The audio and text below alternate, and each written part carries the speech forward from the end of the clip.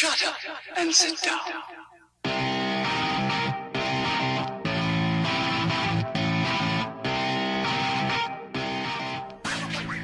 Well, they say all good things come to an end. What's that got to do with this show? Nice ride, it's a nice time when you're on a nice ride, riding with your best friend. Nice ride, it's a nice time when you're on a nice ride, riding with your best friend. Oh, I like to ride my bike. You are listening to the Dialed Podcast with Matt Legrand, Evan Price, Lance Hepler, and Jake Von Doering. Want to control your destiny? Well, this little green frog once said, life's like a movie, write your own ending. Yeah, I like that.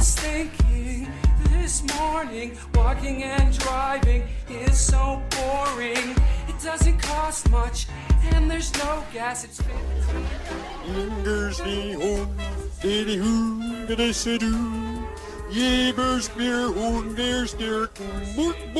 I tell him that I loved him. Nice ride, it's a nice time when you're on a nice ride, riding with your best friend. Nice ride, it's a nice time when you're on a nice ride, riding with your best friend. That was awesome! Hi, and welcome back to the Dial Podcast. I'm Jake Von Doering, and I'm here with Matt Legrand. What's up, ladies and gentlemen of the internet? You guys look freaking fantastic. You do. Ooh, they do. I don't. You look good. You guys are looking good. All right. And on the iPhone, FaceTime, Verizon networky thing, that's Coming to us via on location. Lance friggin' Hepler. Lance friggin' Hepler here, coming at you from Tucson, Arizona today. So I have made it back from the Canary Islands and am now down coaching my friend Gary Allen's driveway for the week. Good. And riding bikes down here in Tucson. Sweet. I will say, Lance, the weather here Yeah, it's been good. is sunny. It's cold. It was like 50 something. It was so sunny that I walked to Jake's house. I was like, it's too nice. I'm just gonna walk up there, and I was like in a t-shirt and I'm sweating. So Yeah. I really do feel like I should go for a bike ride. Tucson was sunny today, but it's only a high of like 51. So samesies. Samesies. Actually, I think it Yeah, might be a so little bit same warmer here. I think it's today. like 55 here, if I'm not mistaken. Yeah, samesies. Interesting. It's But 54 last right week- now. Yeah. Last week it was 75 every day. Wow. So So almost samesies. It kind of gives you a little bit of that spring vibe right now. It does. But that's just it setting up for spring vibe number one, because we're probably going to have like 10 of those. So that means it's going to probably Yeah. snow in 3 or 4 days. It'll probably. I think it's supposed to like rain for the next 2 weeks straight, and then I thought there was gonna be like one more cold snap, but who Maybe. knows? Well, last week they were saying that there was a chance of snow this weekend, but we know how that turned out. Yeah. Anyhow, Good job, hey, weathermans. backpedal. Matt, you want to go first? Sure. I've been swimming a little bit more just because I'm trying to deal with like this hip quad thing that's been bugging me, and it's really frustrating because you kind of need your quad to do everything, even swimming. Sometimes I'll get done swimming and I'm like, this is not good. Or I'll try to push off the wall with one leg. Yep. Here's my weekly recap. Very frustrating. Yeah. So there's that. And testing a lot of products right now. Just feel like I'm overwhelmed with like concurrently trying to make about 5 or 6 videos at the same time, and which That's is fun, a lot. which Yeah. is super fun, but it's also a little overwhelming, but awesome. And yeah, I guess I could become like a speed walker. There was this Malcolm in the Middle episode where what's the dad's name? Hal? Hal, thank Yep. you. He was like fully decked out in like a speed suit with like an arrow helmet, and he's doing like race speed walking. Oh, that was the best. I remember that one, yeah. So you guys know exactly what to expect from me over the next couple weeks. I'll be a Love speed it. walker. Love it. Speed walker. Cool. That's my back pedal. Right on. Yep. I probably have too many rides to talk about for this last week. So I'll try Jij to bent keep een it short, but I klootzak. won't, 'cause screw Oh, you I'm guys. sorry. Did I think last week we talked about potential. I did a route in Tenerife, this place called Masca, this Masca loop that was kind of going to be me and Ian's like Queen stage. it was maybe one of the best cycling routes I've ever done in my life. It's definitely in the top 10. Wow. So give me some details. Beauty, 80 miles? So it was roughly 80 miles and like almost 11,000 feet of climbing. We started out the door and immediately started with like a 14-mile climb. Oh, wow. We dropped off this ridge right down to the coast. It was just absolutely stunning and gorgeous. The roads are just in immaculate shape in Tenerife. The pavement is just like beautiful. So it's really kind of hard to beat it. But we ended up climbing up to this little town of Masca, which sits on this knife edge ridge, and it is just so picturesque and so perfect. It was just stunning. The worst part was from Masca to get out of the ridge, it was a 2.5 mile climb that averaged like 11.8%. Mm-hmm. So that kind of ripped me apart. It was really hard to get up that climb. But man, Ian and I ended up having the rest of that week. It was just gorgeous. So great time. Tenerife treated us great. The travel sucked coming home. I did not have a vomit episode on the way home. So all our listeners can, rest easy. That's good. Yeah. So you're saying it was almost as good as Watopia Hilly Loop? Almost? Like just a touch below that? Just a hair beneath that. Okay. So rest at ease, friends So- here in the Pacific Northwest. You got Lance beat. So I came back to Arizona, did a ride out to Tortilla Flats up in the Mesa Apache Junction area. And then we came down to Tucson. Brandon and I came down to Tucson we're staying at our friend Gary Allen's house. And we have ridden every day that we've been down here. And the weather's been great. It's been beautiful. We rode 6 miles up part of Mount Lemmon the other day. We've just had a great time riding. Today we did like a 60-mile group ride with the Tucson Masters group, and with lots of sprint points and lots of short, punchy climbs. And so it nice, spirited, fast ride with a great group of people that were all respectful and could hold their line and could ride well. It was just, I'm having a fantastic time. I'm a little shattered because I really do need a rest week, but legs are feeling good, lungs are feeling good, heart's feeling good. I'm in a pretty good spot at the moment, so we'll see how it goes. Lovely. Do you still hate me? A little bit. A little bit. Yeah. Hey, Lance, that doesn't Okay, change a mission thing. accomplished. You still suck. Yep. So you're feeling healthy. I mean, I think that's the big thing. Everything's still okay. Everything's still okay. I'm setting power PRs. Yeah, that's good. And When you posted that thing about Mount Lemmon, I was like, "Ooh, Lance is in good shape." Yeah. So we did the first 6 mile from mile 0 up to Molina Canyon on Mount Lemmon, and I beat my PR by 4 minutes. So that was a big jump for me. I've done that little section like 6 times or something like that, and I beat my PR by a long time. Now, part of that was because me and Gary are pretty evenly matched, and we were just pushing each other the whole way up. So that we were both making each other suffer and not dropping each other, and that really helped a lot. So, but yeah, I'm seeing numbers that I haven't seen in a long time. So hopefully I can just stay healthy and keep on the horse. So we'll see what happens. Cool. Right on. I'll shut up now. For me, it was another week of going to the gym. Woohoo! Nothing's How's it really going? changed there. Good? Yeah, I went heavy on the legs this week. Like, was doing lots Does of. anything bother the hips or? You know what? It doesn't. That's the crazy part about it. It doesn't. I mean, I get a little bit sore the next day, and it feels just maybe a little bit tighter, but it's also just kind of sore from just lifting weights and whatnot. But I've been able to like do multiple sets with anywhere from 10 to 15 reps of like 600 plus pounds on the leg press, which is pretty good. And my legs are getting strong. I just really wish that I could get on the bike and see how that translates. It's probably not fantastic for like climbing or whatnot, but sprinting for the sprinting stuff. And then, if I can ever get back on the bike and start riding again, it would be kind of interesting to see how the weight training is going to affect me, which I'll talk about that a little bit later on, but yeah, we'll see how that's coming along. Other than that, I'm on like week 3, maybe 4.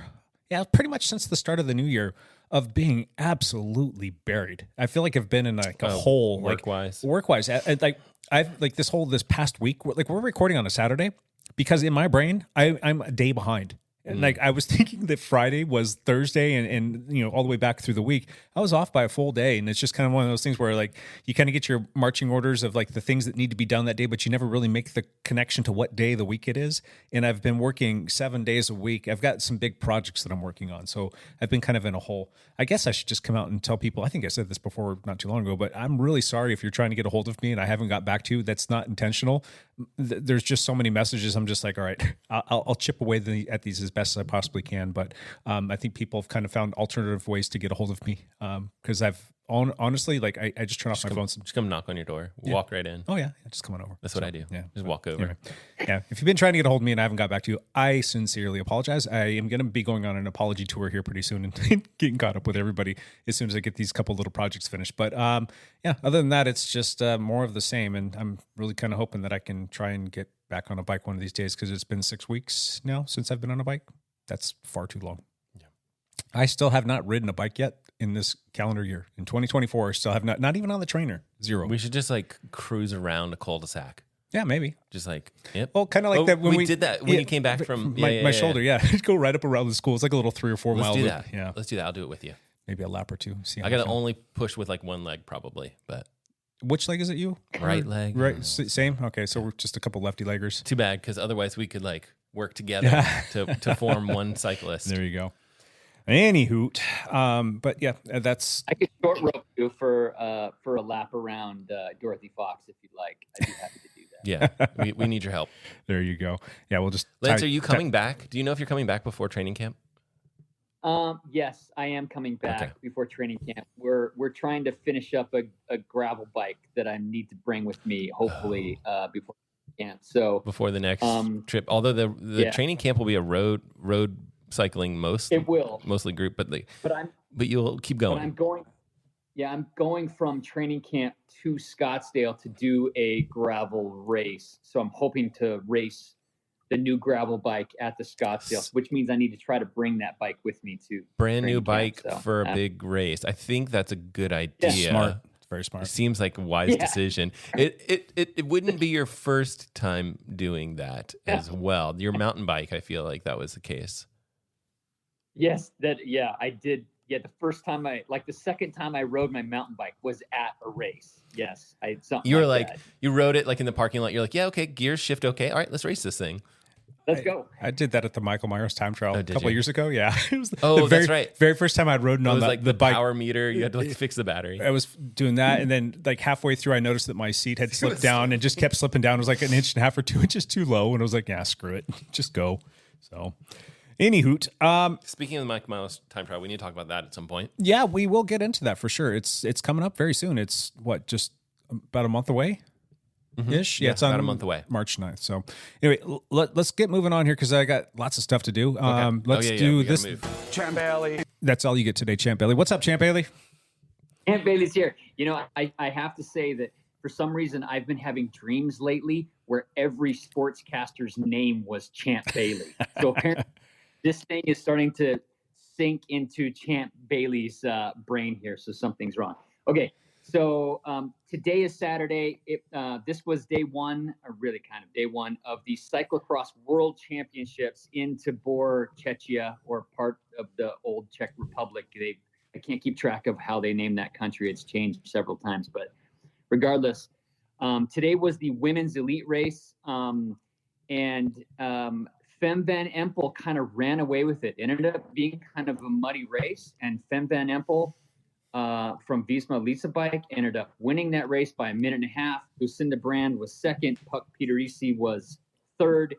and our own Clara Hansinger from Portland and Ashland, Oregon, ended up 8th overall. That's Not still bad. fantastic. Not Yeah. bad. Which is super fantastic. On the last lap, she was actually in 10th and passed a couple people. So I missed the first 30 minutes of the race, so I don't know what happened in those first 30 minutes, but oh my goodness, so proud of Clara and what she did. So that's kind of super cool.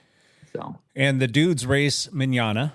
So here's my question. Go ahead. So MVP is to call him a favorite is like an insult. Like he's so beyond the rest of the field. I mean, he's racing. If he's racing, he's probably winning, right?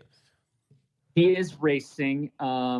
It will be his 6th world championship if he's able to pull off the win tomorrow. If he doesn't have a mechanical or a bad crash, there really isn't anybody who should beat him. Wout van Aert is not doing it. Tom Pidcock is not doing it. They're both in training camps trying to get ready for the spring classics. Or they just know they can't win. There's a little bit of that too. He's like, go ahead.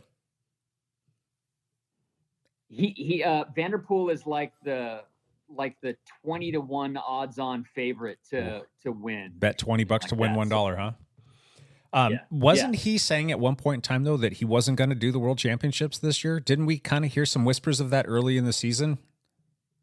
No, I misinterpreted it. He is not doing he didn't do the Dutch national championships. Oh, gotcha.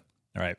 He's like, I do not need to do the Dutch national championships. It would just be another jersey that I won and stuck in a drawer, because if I win the world championships, I would never wear the Dutch championship. So we skipped the Dutch national championships so that he could focus on the worlds. Okay. Yeah. All right. Well, to whoever I told the other day that I don't think MVP's racing, I retract that and I blame it on Lance. I mean, Champ. Yeah. On Champ. Blame it on Champ. Blame it on Champ.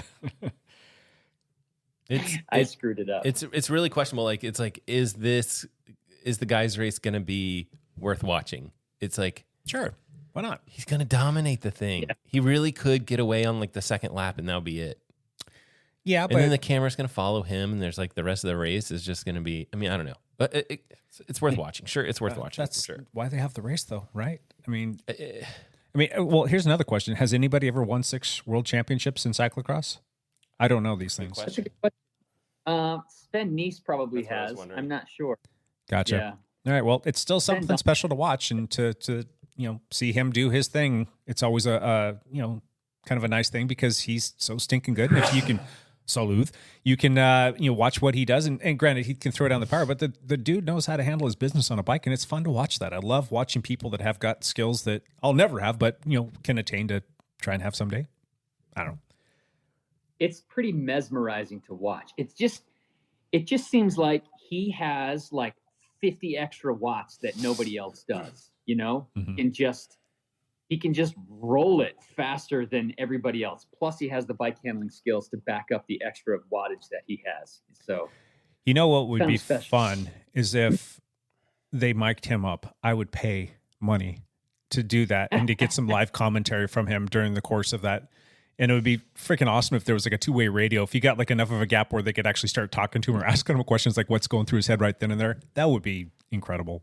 Not going to happen, but that would be fun. Okay, the record is it was I don't want to. It's some sort of other Belgian has the record. What was it? Eek van something. I don't know. I'll look it up. I'll keep looking it up. It's in here somewhere. How many did he win? I'm gonna find out, but keep talking because it's gonna take me a while to figure this out. It's not where I thought it was going to be. Well, for the people that listen to this podcast, because it will come out later today, and if they want to watch the World Championship tomorrow, do you know how they can watch it? What time it's on? And it's 7. Eric de Vladimir Hulen. Okay, wow, that's proper pronunciation. Yeah, 1-7. Okay, so you got to venture to guess that MVP's got his eyes on that. You'd think so. This would be 6, and then just got to snag one more. 6. Yeah, it's very plausible that he could do it. So for tomorrow, though, they're showing it on Flow Sports, so it is on Flow Sports. I do believe it's also on YouTube. It's possible to watch it on YouTube on Flow Sports' channel. I don't know if that's delayed or not. I watched the race this morning on Flow Sports, and the coverage was great. So good. I'll just say that. Yeah. Cool. Right on. Anything else, champ? One other thing, American Brandon McNulty won the stage today of the Volta Valenciana. I don't know if I said that right, but Sweet. American doing well, winning a UCI, Is he still on UAE? stage. He's still on UAE, yes. Okay. So, Dude, I'm so pretty cool. I stoked to just watch bike racing again this spring and into the summer. I don't know. I feel like this is going to be a really good year, and it's going to be fun having Primos on another team and some other players. The team stepping setup up. is better, isn't it? Yeah. It's not just that two-headed monster. There's some legitimate contenders from other teams that could step up and make some noise. Right. Cool. Love it. Right on. How about a little bit of this now then? Oh God, here it comes. Hot seat. Hot. Yep. Every Okay, time. I got Love it. I got a hot seat question for you. Bring it, Matt. But I need Lance. I need Lance here for this one. Because here's the thing. Sorry. You guys actually might not know about this guy. There's a guy, he's a cyclist. His name's Sepp Kuss. And he had a good 2023. Mm-hmm. Okay. He won one of the big ones, one of the world tours. He basically played a huge role in the other two. Is he going to have a better 2024 or a worse 2024 than his 2023 season? Okay, so that's the hot seat question. Follow up on that. What is he going to do? And how do you top 2023? That is a damn good question. Lance, you want to start us out on that? Okay, It's hot. It's a hot question. It is. It's a question.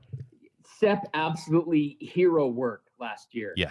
Phenomenal that, he was, able to help Jumbo Visma the way he did to win both the other tours. And then he wins the Vuelta himself, which is just phenomenal. But I think his win on the Vuelta was a little bit of a fluke. Fair. Mostly because he won it because the peloton let him get away on that one stage because they felt like he wasn't an overall threat because he's been such a great super domestique for his teammates. So they let him get away and get that big lead that he was then able to hold. So I'm not belittling Sepp's, what he did at the Vuelta and winning that or the fact that he actually won that. I think that's fantastic. But I think he has a bigger target on his back this year, and he won't be given the leash that he was given last year. So for him to be able to win the Vuelta or something again, he would have to be the designated protected rider from day one, and the other riders would have to be working for him. It would just be.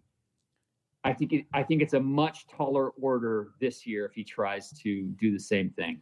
So your answer is no, he's not going to have as good a year as he had last year. That's correct. That's my answer. That's a fair assessment. What is he going to do?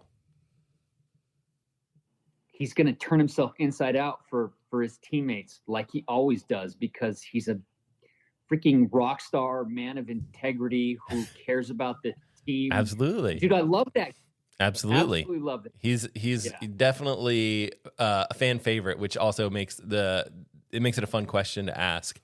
But do you think that he will have a good season, even if his goals are pace his team, pace his GC, and in all the mountain stages? Do you think that he will have a good season? I do. I mean, I don't think they have released his schedule or his planned schedule for the year yet, but the Giro I don't think is on his schedule. I think he's doing the Tour and the Vuelta, and then just helping out wherever else he can. I don't think they've actually released that yet, but I don't know. Yeah, I don't know either. You want my input there, Mr. Matt? It's a hot seat question. Of course I want your input. I think I don't think he's going to win a Grand Tour, so I think that automatically means that you're not going to have as good of a season as you had last year. Because I think winning a Grand Tour, obviously, that's like the cherry on top. That's hard to top, hard to beat. I don't think that that's going to happen. but I'm going to say that I'm going to put an asterisk next to Okay. that. I think that Jonas Vingegaard is due for something to go south or sideways, or something's going to happen. Just odds. It's just statistically speaking, he's odds. had too many good years in a row, and he's come out of everything unscathed. He's been racing all of the big grand tours. You haven't seen him like suffer any kind of a crash. You haven't seen him kind of have just an off year. He's just been spot on. Now, I think he's going to start off and he's going to do great, but I just kind of like have this eerie feeling that something's going to happen. Yeah. That's going to maybe sideline him for whatever reason. It could be illness, could be like part of it too. Could like be just COVID, something, any of those Any things. of those things. Who's going to step up in his presence? You would think Sepp would be. It has to be Sepp. He would be high on the list. So if that happens, I think that if something happens to Jonas, Sepp Kuss is going to have equal to or a better year than he had last year. Whether or not he wins a Grand Tour remains to be seen, because he's not a part of the big 6 or 7 or whatever number Remco's coming up with these days. Big seven. Big 7. Well, I don't know. Maybe he should be one of the big 7. But if Vingegaard goes down somewhere, then like, can you imagine like Sepp Kuss being the protected rider at the Tour de France? I mean, that could just be bonkers.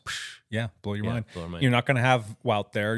Roglic is gone. I mean, you've got a few players that have come onto that team, but Well, there's right. not a guy that has proven himself to be able to step into a GC role and win a Grand Tour. And Sepp has experience. Yeah. So And he still has age a little bit on his side. He's currently 29 years old, will be 30 in September.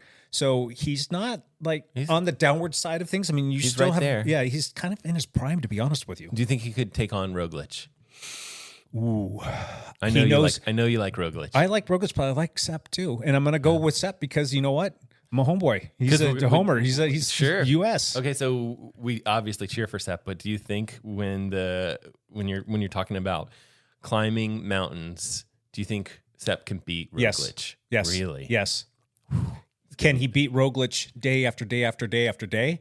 That's going to be tough. Good question. Or if it was a one-day race, I don't know if he could hold him, but if it's done right and if he can manage things right in Jumbo Visma, well, I can't call him Jumbo Visma anymore. It's Lisa Bike, Visma Lisa Bike. There you go. Got to start getting into the habit of that. If they play their cards right, which they naturally do, because that's just something that they're talented at, they could potentially put him in a position where he could do all right. Yeah. And It you could know be what? fun. Roglic, how old is he going to be this year? 37? Mm-hmm. That's getting up there. So he's going to have to start showing some age here pretty soon. He's not, well, unless there's something in that Slovenian water. Ooh, that we know that there Yeah, is. yeah. But But I think that if it came down to it, I mean, whatever Bora's called these days, if it's going to be Bora Red Bull or Red Bull Bora, or if it's just going to be Bora, but whatever's going on there, they have a good team. Roglic is a rock star. I don't know how much longer he's going to have the horsepower, and I'm hoping he doesn't get the curse of like a Chris Froome or like another big name that's gone to a big team on a big contract, like a Peter Sagan towards the end of his career, signs a big contract and then just is like womp womp womp. There's not much there. yeah, there's something to be said for that for sure. It's happened so many times, and then you have these like, hey, I just cashed a check and we're good. Yeah. And I'm going to sit here for 3 years. Yeah. And collect that check. I don't know. And then you don't have the team surrounding you. I do think he has some good heavy hitters on that team, but a lot of times you go to a team where you don't have as much of it's no Jumbo Visma, right? But correct. still, I do think that we're going to get the team name wrong until about like halfway through the tour, and then we're all going to start to get it correct. It's like you need that like repetition of hearing it from an announcer over Visma and over again. Lisa Bike. Does anybody know what Visma is? I always think of like the old TV, that Vizio TV, but that's not it. But what is Visma? I don't even. Jumbo was like a supermarket chain. That's what I was thinking. I was like, I know it's a supermarket. But Yeah, I I'm don't not sure what remember. the Visma. Visma is a software company. Okay, oh, there you know. Okay, cool.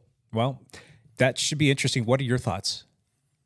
I agree with you guys. I think last year's going to be hard to beat unless something like flukish happens where, he takes over GC contentions for one of the people that he was working for.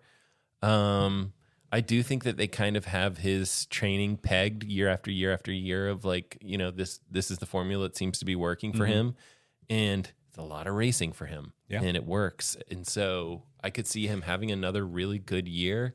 But like we talked about earlier, like odds are, just these fluke things happen. Like if you race your bike, you're getting on your bike. If you think about it, like you do these 3-week grand tours, you're on the bike 20, 21 days or whatever, like the odds just keep adding up that something's going to happen. Sure. Some sort of crash, some sort of fluke, some sort of mechanical, whatever it is. Here's a question for you. I mean, they're sending Wout to the Giro, and that who knows if he's actually going to be able to pull that off, and that's great. I'm guessing that Jonas isn't going to be there. Is Jonas going to the Giro? I don't know. Obviously, he's going to be at the Tour de France, but is Jonas going to go to the Vuelta? And if Sepp goes to the Vuelta, are they going to send him to basically, repeat? To protect his win, I think that they got I think they got a lot of really good PR from Sepp winning that thing. Mm-hmm. I think you get you get a little bit of the headline push in the United States and stuff like that, like a little bit more worldwide. It's not like just European focused that you don't necessarily get otherwise. And I think that that's extremely valuable for the team finances. Sure. And so, but does he defend his title there? Do they go and say, this is our protected GC rider for the Vuelta, even if Jonas is there? I mean, they probably throw in like, well, we got 2 leaders this year or whatever. I hate it when they do that, but that's probably what they're going to do. If it was your team, what are you saying? Oh, I mean, I chase that dollar bill because it's like if Sepp can win again or whatever and repeat the headlines and have, the news stories and it's a short news cycle, but if it's any sort of cycle where you're getting publicity for your team, then it's probably worthwhile. And I think Sepp is going to do that. Whereas Jonas, if he won a second Grand Tour in the same year, it's like, it's something, but you're not going to get the same level of headlines, in my opinion. Yeah, I agree with you. What do you think, Lance? You there? There you are. Yeah, Does he defend his title? Does Sepp defend his title? Yeah. No. Yeah. Okay. And Lance said that earlier too. He was like, well, that was kind of a freak fluke incident where he got away on a breakaway and then, held on and he had his team kind of let up or whatever, if we're being honest with ourselves. But okay, those were his own teammates that could have taken him down. Anybody else in the field? Do you think anybody else in the field could have chased him down or made it happen? I think they would have if they could. They didn't. Exactly. So why wouldn't he go back and repeat that? Why wouldn't they just say, Jonas, because his old teammates aren't his teammates anymore. Roglic is going to be on a different team, and those guys are not going to be pulling their punches. They're going to be going for it. He will be. That's just one cat. That's just one cat. Yep. And they're not going to let a breakaway get 10K up the road like they did before. They're going to be like, yep, this guy won it before. Let's not let that happen again. Aren't you guys getting excited to watch some bike racing? It's going to be fun. I think the spring classics are absolutely fantastic to watch. Yeah. So watch party time. Yeah, should be fun. Sweet. Right on. Hey, Hepler, do you have a hot seat question or would you prefer that I go first? I got one that will probably be a quick one. All right. Oh, yeah, we do need to watch the clock. Okay, so Vanderpool is doing the Cyclocross World Championships.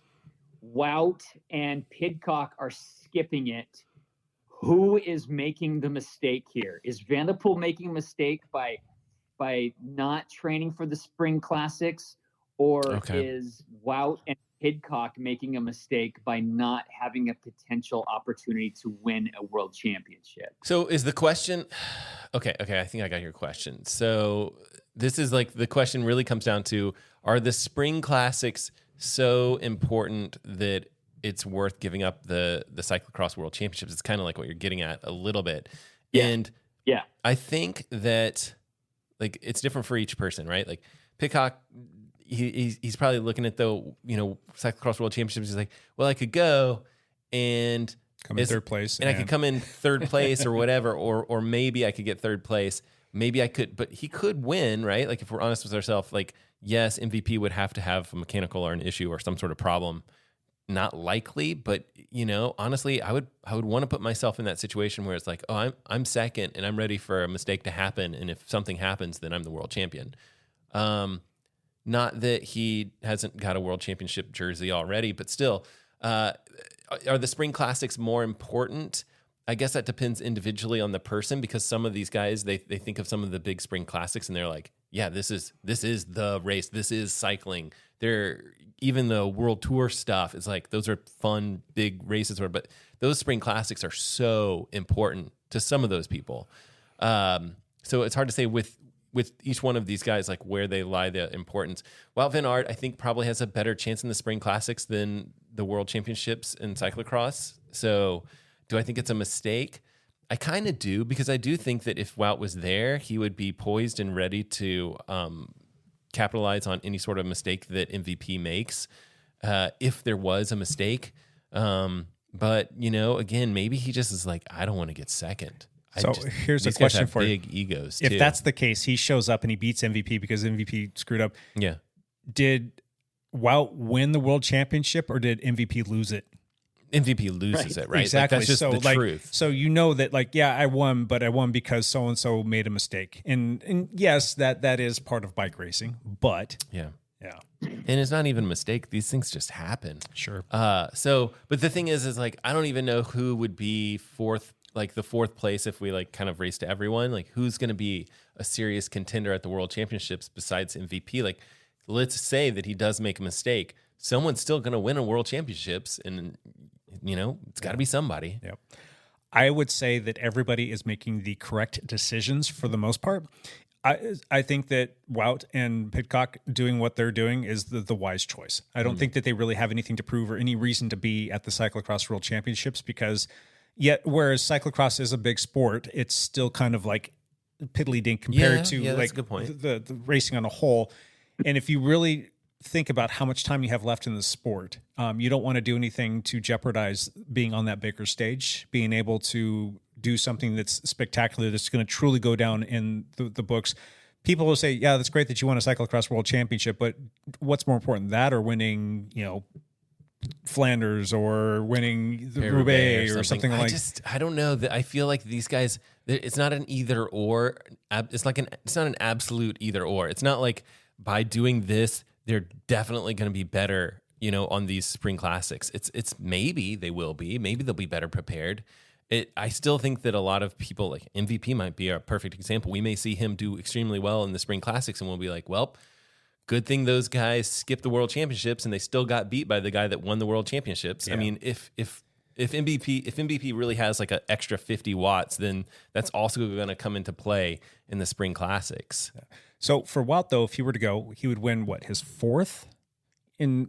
Wout has won 3 world championships. So he would be winning his fourth. Pidcock would be winning his second. Right. It's like, what is that? It's not as big of a thing. That's not the same as MVP. Like, I think MVP kind of is obligated now. He's got to break that record. I mean, to go down in history as the best cyclocross racer of all time, if he wins 8 of them or 7, what did you say? What the record was? 7. The record's 7, and so if he wins this one, it'll be 6. 6. So if he does it 2 more years after that, to put his stamp on the sport like that, that's a living legacy that for the rest of time, people are going to say, well, he could have been, he's the best. He's the best there ever was. The only thing is like, don't hurt yourself again. Granted, it didn't happen in cyclocross when he hurt himself, but don't hurt yourself again and have that have an effect on the rest of your season for the upcoming season of the road racing. He's got a lot of potential there too as a one-day racer. He's not going to be a Grand Tour kind of guy, but he's something special to watch. So I think he is kind of making the right decision there.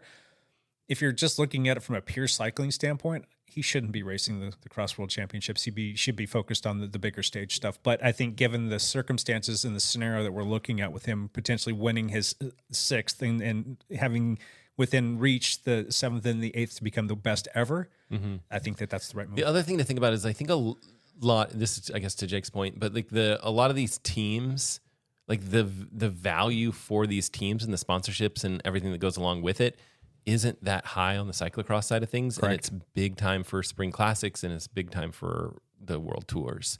That's where a lot of the focus is in Europe for these sponsors. Yep. It's tough. It's tough because cyclocross, I mean, I do think that MVP and Wout like grew up doing cyclocross, and I feel like that's kind of their bread and butter. Yeah. I don't know. Kind of it's proven too that it can generate some pretty incredible cyclists. Yeah. And it's a couple of decent guys. Yeah, a couple. Lance, what's your take on that, on your own question? I think they're making the right call. Wout has actually said that there's 2 races he still wants to win in his life, and it is Flanders and Paris-Roubaix. He wants to win those 2 races. He has not won them yet. He's been second at both of them, I think, multiple times. So I feel you, Wout. I feel you. Yeah, I feel like that's like the thing is I think I've heard similar stuff from other big time riders. Like Tadej Pogačar, I feel like it said something similar. It wasn't the exact same thing, but it's like they love the spring classics. They want to have that victory under their belt. Sure. So it's interesting. Right on. Good. All right. I got a question for you. Okay. What is the one thing that you really dislike about cycling the most? The one thing that really just chaps your hide, gets under your skin, it just bugs the crap out of you. It's a lot of gear, right? Like if you're going somewhere to go bike, if you're going to gear up to go out for a ride, it's a lot of gear and it takes a lot of time. It's a solid commitment of time, right? Where it's like, just to get ready for a ride? Get ready for a ride. Yeah. And like, if I was to get ready for a ride, it's like, okay, like if you were like, let's ride in 5, I'd be like, I'm going to need a little bit more than 5 minutes to gear up because it's a little bit colder, whatever it is. Sure. Like, got to go through all of the bike stuff, make sure everything's doing okay because I haven't been biking as much lately. Sure. Yeah. Got to make sure tires are in decent shape. Clean the chain. I And probably wouldn't clean the chain before I is went my for a bike ride, computer charged up? Is my radar all that stuff, charged up? Yeah. It's like so much stuff. If you get out of practice, it can be a bit of a hassle. It does. Take forever. I do think if you're biking every day, like you can kind of get it into a certain spot where you can kind of turn it around pretty quick. And we used to do that where it was like 5 minutes, we're going, and we were ready to go. But I also think that like the commitment for even a easy ride is an hour. Yep. And it is time consuming. And so like that's it's, you know, if you were to do an hour run, that's a pretty big run. Swimming, I guess, you know, I'm trying to compare it to other sports. Isn't that kind of funny to think about though? Like to think about riding for less than an hour feels like a waste of time getting on the bike. So like, especially if you're out. I mean, if you're on the trainer, I do this sometimes. I'll do a 30-minute bike ride on the trainer. Yeah. But because it's so easy for me just to go like hop on the trainer, it's ready to go. Yep. Like I got whatever, like I got to do something, whatever later. It's like, let's just get something in. Yep. And then the road bike, you would never do that. If you had 30 minutes, you would just be like, I don't have enough time to bike. No, that's just not worth it. If you had an hour, you might be like, I don't have enough time to gear up and go. Possibly, yeah. If I was out of practice, like I am like right now, yeah. not if really I was riding. like, Jake, it's gorgeous out. You have 1 hour before you have to be somewhere. You'd be like, well, once I get done biking, I gotta like clean my bike a little bit, maybe like shower or whatever. Yeah. I don't have time. Yeah. Like So 1 it hour is is not jumping on enough the time. trainer in that situation. Yeah, that's a very valid point because it does take a bit of time. That's probably the thing that annoys me the most about biking as a whole. Yeah. Lance doesn't have that problem though. He walks around in his kit and he wears his helmet. He's always 24 hours a day. He's ready to go. Sleeps in his shoes. I have my kit on underneath these clothes right now. Yeah. So saddle surgically implanted in his butt. When you take your legs out of bed, they clip directly into your bike. My bike cleats. What is your big gripe with cycling there, Lancey Pants? My biggest gripe with cycling is the toxic masculinity that you can run across with some male riders. Are you pointing to me? Yeah, I'm pointing to you directly. We're not going to point fingers here, but this is a point in your direction. Please expand there, Mr. Hampler. Please expand. There's certain type A personalities that just can't help but show up and kind of flex on the group ride or tell people off or scream at people for not doing the right thing or and I'm running into it less and less as time goes on, but there still is an air of superiority with some riders that just kind of screams at me of just assholery, and I don't like that. So I like to ride with people that care and worry about other people and aren't just there to, flex on everybody else. So. So that elitism kind of thing. Yes. Yeah. Do you, because you're Mr. I Ride 'em All, you mostly find that on the road, or is that something you're finding in gravel these days now because roadies are coming over, or what about the mountain bike scene? It's creeping into gravel a little bit, that's for sure. But it's mostly on the road that I see that. But I haven't really seen it lately, not with the groups that I've been riding with and the people I've been riding with. But it's kind of funny when you roll up in a group, you can spot the guy pretty quickly, and it's like you just describe him. Describe him. What does he look like? How can we avoid this joker?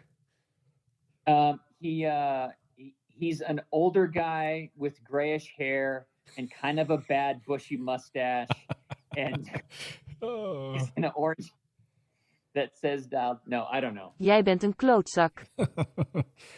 all right. Well, those guys are out there. I don't know. That's always kind of been a pet peeve of mine as well, especially when I first got started into the road scene and coming from a mountain bike background. I'm like, dude, why are you so uptight, or why are you doing this? Why? And in some respects, I understand when somebody might chirp at somebody or whatnot if they're riding unsafe or if they're not, helping out or taking a pull. But there's a nice way that you can say that without being a yike and club suck or whatever that's called. But yeah, it's I almost find it my responsibility, my duty to go out and tell people, hey, chill out.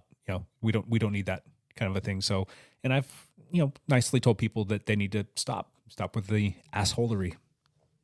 Yeah. So yeah, that's a good one. Matt, what about you, Jake? Oh, sorry. Did you have anything that you wanted to say to Lance's thing there? Is it like just, yep, I agree. Yeah. No, I agree. I definitely feel like I've been the thing that I was thinking about was like, what's the next step? Like, how do we avoid it? Like, how do we avoid those people? I don't know. Gotcha. Yeah, it's I don't know. Just don't ride with groups. Like, that, do you just like establish this person's this way? Just don't ride with them ever. Like, how do you, or do you like try to be like, hey, we should correct this situation, or I don't know what the right thing to do is there. I don't know. We'll get back to you on that. I'm thinking of specific people, and I'm like, they're friends, but I don't know what to say. Chill out. Yeah, I guess. All right. You guys ready for mine? Yep. All right. I'm going to frame this up a little bit just before I drop the question. Like, think about how long you've been riding bikes, and think about like how much research you've put into bikes, and think about all of the stuff that you know about bikes. And because you've been doing said research, it's probably been a minute. I mean, you've been in the bike scene now for what, like 10, 12 years, Yep. Matt? Pretty firmly. Lance, it's been into bikes for what, most of your adult life? Yeah, maybe 15 years, really. Triathlete. I've been kind of into bikes, like really like paying attention and looking at specs and doing all the things since I was probably I've been riding since a little kid, but like really since like my mid-20s or something like that. And every single year, like the new latest and greatest comes out, and it's always the bike is this much stiffer, it's this much more aero, it's this much lighter, it's all these different things. You know what's really bugging me in this day and age is I hate the marketing aspects, the marketing pieces that are coming out from all the bicycle companies about this. Almost like they could carbon copy from the year before, where they're like, it's this and then insert percentage stiffer. Yeah. It's this insert percentage aerodynamically faster. Exactly. And it's like, well, that's the same as last year. If you think about it from that percentage, because they point where they're always saying it's this percentage faster.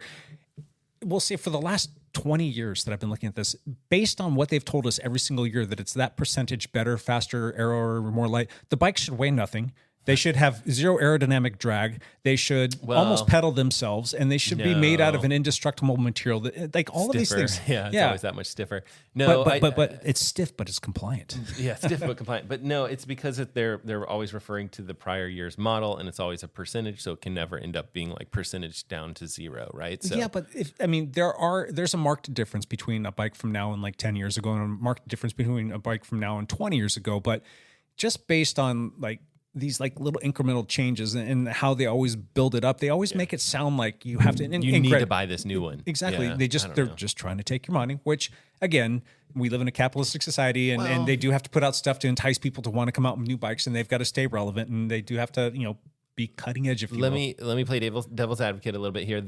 If you're in their marketing department and your job is to put out a press release and you're providing specs like it's this percentage faster and it's this percentage stiffer, and are you really doing a misjustice or a disservice to the public by just describing it this way, which is the honest truth, and then letting people decide whether or not that percentage is worth making a purchase? Because I don't think, because here's the thing that like I've been noticing, because I deal with, or I get to chat with like these PR people or whatever, and you get to know them and you're like, this is just a good person and they're trying to do right and they're not trying to pump a whole bunch of lies into the thing, whatever it is. But because this is some big company, whatever, like Microsoft or something like that, it's like people think they're evil companies. Yeah. They're going to hear any sort of PR thing that anyone published and just try to twist it and be like, they're trying to cheat you and lie to you, and they are trying to put chips in your shoulder and steal your money and your babies. So it's one of those things where it's like, no, maybe they're not. Maybe they're just putting out a press release that says the details of the update. So I'm a little bit, I think, gun shy of hating the PR talk, but I'm also with you on like the regurgitation seems a little bit overwhelming. It does. And, it has been kind of a little bit of a breath of fresh air because a lot of the bike manufacturers went away from like having to have a brand new model every single year. Yeah. It's kind of like, all right, this is the current iteration of that particular bike. And that model will generally be around for 3, sometimes 4 or 5 years. Right. And they're basically maybe just putting a different paint job on it, or they're outfitting it with different set of wheels or different group set. And that's how it changes year over year.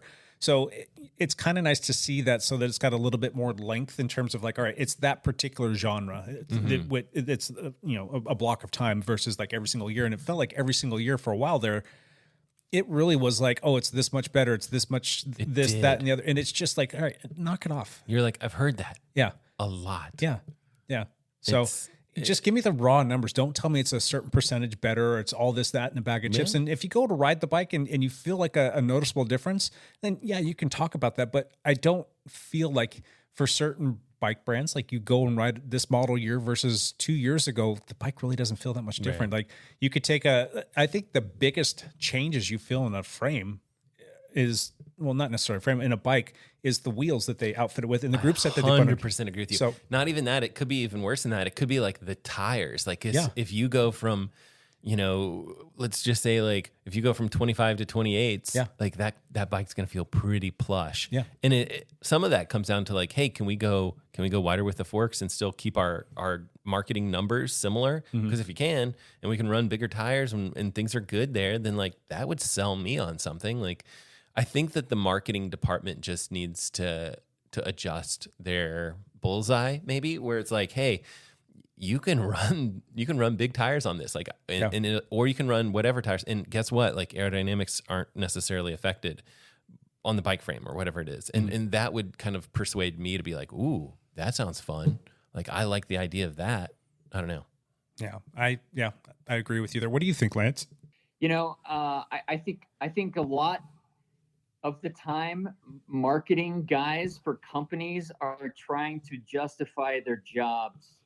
I don't think if there's not a lot of changes in a bike or a bike concept from year to year, their job is to sell the product. And so a lot of it can be fluff. It is difficult to know what part of those things are all just whitewash, bull crap, and what parts actually would make a difference for you to want to upgrade your bike or whatnot. So what is something that you guys get to hear from a company that would be almost refreshing, like a breath of fresh air? You and I mentioned if they were like, oh, if forks wider, you can ride a wider range of tires on this and still have no penalty. Like to me, that'd be like alluring for sure. Sure. But you're saying like I think what you are getting at, like what would be a fresh air or a fresh thing if like a marketing person was like, yeah, this bike is, marginally better, but if you've gotten the last model, there's no need to buy this, or something like that, where they were like brutally honest. If they were just like, you don't feel like you need to buy this, blah, blah, blah. Now, marketing should never say that. You do a lot of YouTube videos, which in effect is kind of marketing for companies. And sometimes you're given products to review, whether it's going to be good or bad. They're hoping it's going to be good, but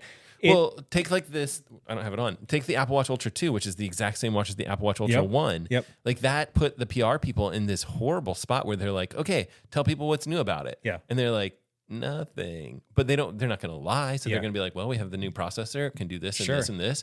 But then people are like angry at the PR people because they told people what's new about it, even though it's not a lot. It's basically the same watch. So I don't know. I mean, yeah, and that's why I like to go to reviewers like yourself or people that are going to give you an honest feedback like, hey, do you need to upgrade to this? No, you don't. But if you don't already have something, for sure, get the newer one. But and then you actually learn that there are people out there that even when you tell them like, no, you shouldn't, and they'll still be like, well, I updated from my Apple Watch 1 to my Apple Watch 2, which you cannot even tell the difference in. Sure. You can't tell like if you're playing with both of them, you'd be like, I don't know which one's which. Yeah. You can't tell. If you look at them, it does not say Apple Watch Ultra 2 anywhere on there. Yeah. So similar with the I guess that's not exactly true. I was going to say the like Epics and the Epics Pro Gen 2 and the Epics Pro or sorry, the Epix Pro versus the Epix Gen 2. From Garmin, like one has a flashlight, which you can see. So there's like subtle differences that way, but there's, for the most part, they're pretty similar. Yeah. But that flashlight's worth $1 million, man. I take my money. And again, yeah, shut up and take my money. Again, you flip it over and the optical heart rate sensor is different on that. I don't know. There are much more distinguishable differences between those products for sure. But the PR team, again, if they just list what's new, I still feel like that's fair from a PR department. I don't feel like it's slimy. But if it's really close to the same and they're just giving you like these would it feel nominal refreshing percentages, if they said something like, you don't need to buy this? Yeah, it the actually, PR team could never say that. Exactly. But It would be funny if if they you did were just very black and white and you're very like, all right, if you already have this, you probably don't need it, but it is going to be this, and this better. And Yeah. if you were to write both of them blindfolded, you would not be able to tell a difference. It'd be cool if they said something like that. If they were just like, this is, even if they even, because the PR spin on it would be like a very modest update from last year's model. These are the updates. Like you could say it that way and still it wouldn't come off like. So here's the thing that really chaps my head though, is when they give you all of these things, which at the end of the day, you're splitting hairs. It's not a big deal. Yeah. But when they use those as a means of justifying an increased cost when there really isn't a difference, that's the thing that bugs the snot out of me. Yep. So anyway, that's just my 2 cents. So I agree with that. And being in this whole bike business, I get this stuff shoved down my throat The PR stuff. crazily. Yep. All the time. Every product, every Yes. item that you get sent Yeah. gets along with a PR sheet. And Yep.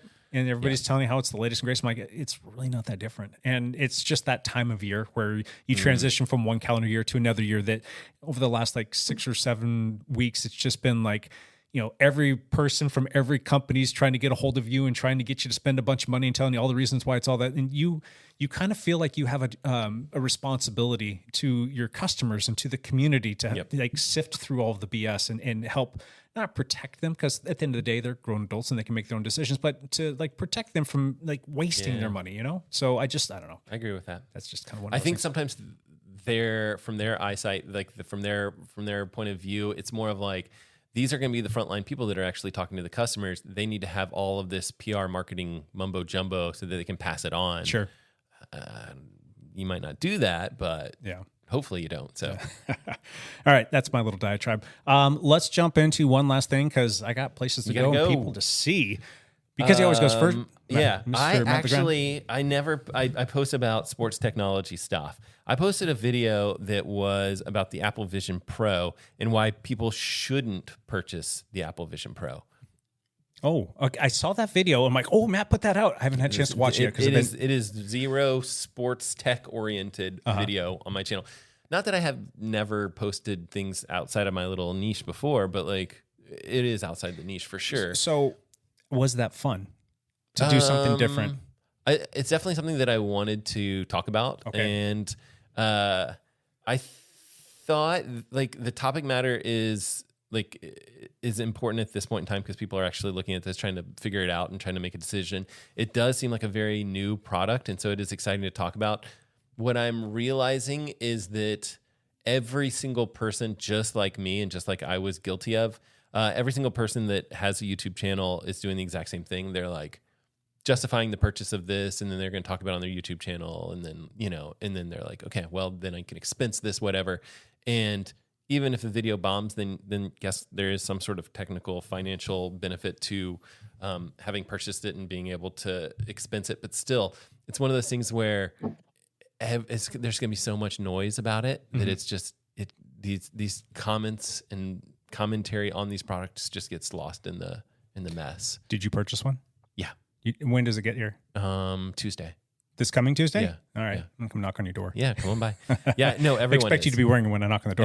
Everyone's. I'm definitely gonna be wearing it. But yeah, everyone's gonna be coming over to check it out and demo it, and it'll be fun for sure. Now, hold on. Did you purchase it, or did Apple send it to you? No, purchased. Okay. Yeah. All right. I have to get in with the right people and I'm not that cool, so it's the problem. I'm curious to hear your thoughts on that. That should be fun. Yeah, I put out 10 reasons not to purchase it and all the problems at launch with this thing and the issues that I think we're going to see.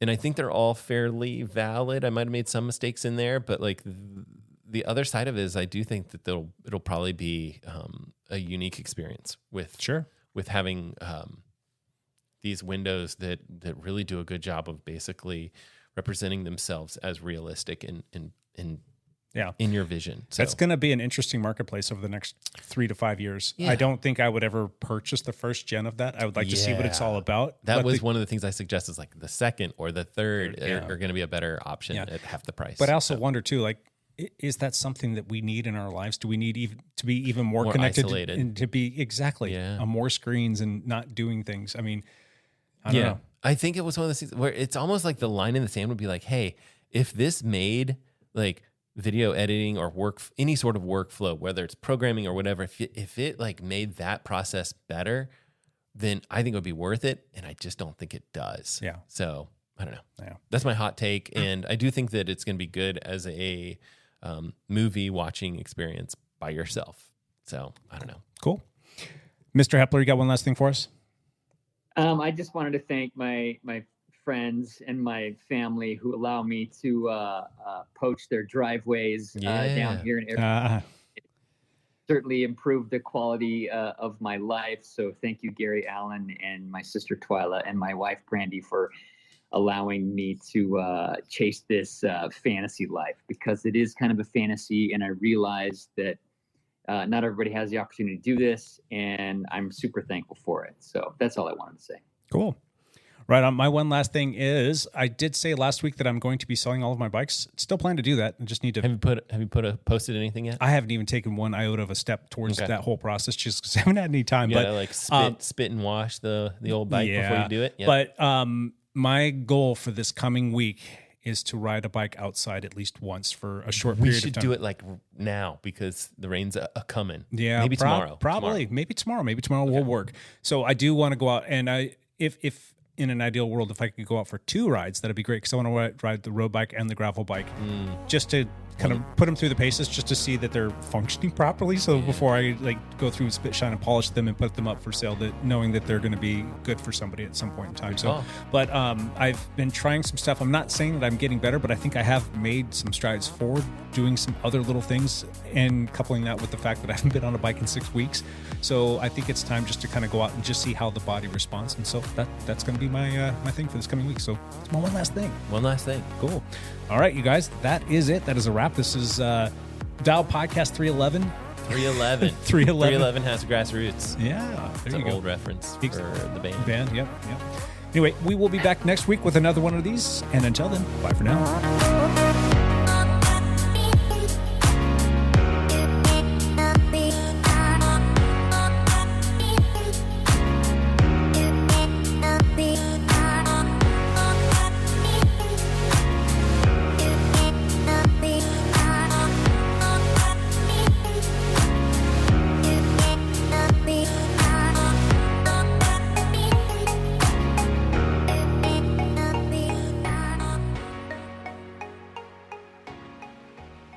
You don't get it. I used to be legit. In fact, I was too legit. I was too legit to quit. But now, I'm not legit. I'm unlegit. And for that reason, I must quit.